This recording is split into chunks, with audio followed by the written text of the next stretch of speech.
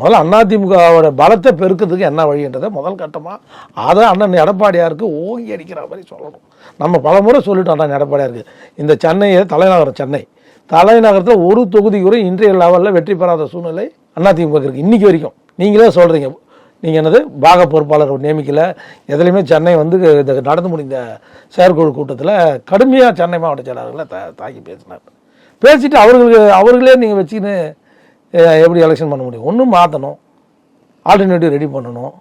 அண்ணன் கலைராஜன் மாதிரி திமுகவுக்கு ஏதோ ஒரு அதிருப்தியின் காரணமாக திமுகவுக்கு போயிட்டார். அவரெல்லாம் வரத்துக்கு ரெடியாக இருப்பார். ஆச்சா உரிய மரியாதை அதே டி நகர் தொகுதியை கொடுக்குறேன்னு சொல்லி பேசி பாருங்கள், கண்டிப்பாக வருவார் மாவட்ட செயலர். அண்ணன் சத்யாவை எடுத்து போய் அண்ணா நகரில் மாற்றுங்க. இது மாதிரி சின்ன சின்ன சேஞ்சிங்கில் இந்த அதிமுக வந்து, ஏன்னா அண்ணா நகர் வந்து நாயுடு சமுதாயம் ஜாஸ்தி இருக்கிற ஒரு தொகுதி, படித்தவர்கள். அங்கே சத்யாவை மாற்றுங்க. இங்கே டி நகரில் கலைராஜன் 2 முறை வெற்றி பெற்றவர். அவர் வந்து திமுகவில் ஒன்றும் இப்போ வந்து செந்தில் பாலாஜால் அங்கே வலுக்கட்டாயமாக இழுத்து போனவரை தவிர அங்கே ஒன்றும் பெரிய சோபிக்கல. அவர் மீண்டும் அதிமுகவுக்கு வரத்துக்கு நம்மள மாதிரி ஆளுங்களாம் போய் கூப்பிட்டா கண்டிப்பாக வர தயாராக இருப்பார். அது மாதிரி ஆளுங்களை போய் அப்ரோச் பண்ணி திரும்ப திமுக பலம் இழக்க செய்ய வேண்டிய வேலையை என்னென்னமே இப்போ எதுவுமே பார்க்க மாட்டேறீங்க. டி நகர் கலைராஜன் நின்னா ஆட்டோமேட்டிக்காக 50,000 ஓட்டு லீடிங்கில் ஜெயிப்பார். அதிமுகவில் நின்னா, திமுகவில் நின்னா அந்த வெற்றி வாய்ப்பு அவருக்கு இருக்குமா? இப்போ அது ஒரு பிஜேபி கூட்டணியோட டி நகர் தொகுதி நிற்கிறாருன்னு வச்சிங்கன்னா ஈஸியாக வெற்றி பெறக்கூடிய ஒரு கேண்டிடேட். இதே சத்யா நின்னார்னா அதே 50,000 ஓட்டு மைனஸில் தோப்பார். அது மாதிரி களத்தை சரியாக நம்மளுக்கு வேண்டியவங்க வேண்டாதெல்லாம் முக்கியம் கிடையாது.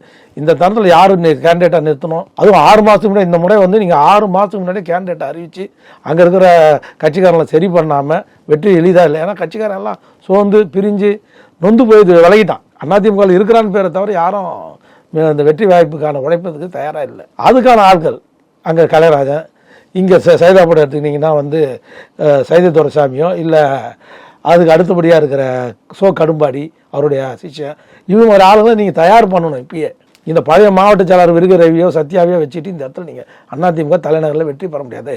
தமிழ்நாட்டில் இந்த தலைநகரம் சென்னையை கைப்பற்றுறதுக்கு இன்னும் இது வரைக்கும் வியூகம் அமைக்கல அதிமுக. பிஜேபி கூட்டணி வச்சா மட்டும் அதிமுக வெற்றி பெற்றுமா? மயிலாப்பூர்ல டி நகரில் கொஞ்சம் கூடுதல் ஓட்டு வாங்குறீங்க, அவ்வளோதானே. மற்ற தொகுதி அதில் ஒரு தொகுதி அவங்களுக்கு ஒதுக்கி ஆகணும் பிஜேபிக்கு, டி நகரம் மயிலாப்பூரம். அதை விட நம்ம என்ன பண்ணணும், நம்ம கட்சி எங்கெங்கே மைனஸ் ஆச்சு, எதனால் நடந்து முடிந்த தேர்தல் 2014 வெற்றி வாய்ப்பு எப்படி இருந்தது, அதுக்கப்புறம் வெற்றி வாய்ப்பு ஏன் நம்மளுக்கு இல்லை, அதுக்கு யார் காரணம், அதெல்லாம் நம்ம அனலைஸ் பண்ணணும்ல. அனலைஸ் பண்ணி நம்மளுக்கு இந்த நேரத்தில் திமுக பலம் பொருந்திய சேகர்பாபு அண்ணன், பலம் பொருந்திய மா சுப்பிரமணியன் அண்ணன், இவங்களெல்லாம் எதுக்கக்கூடிய பலம் பொருந்திய உதயநிதி ஸ்டாலின்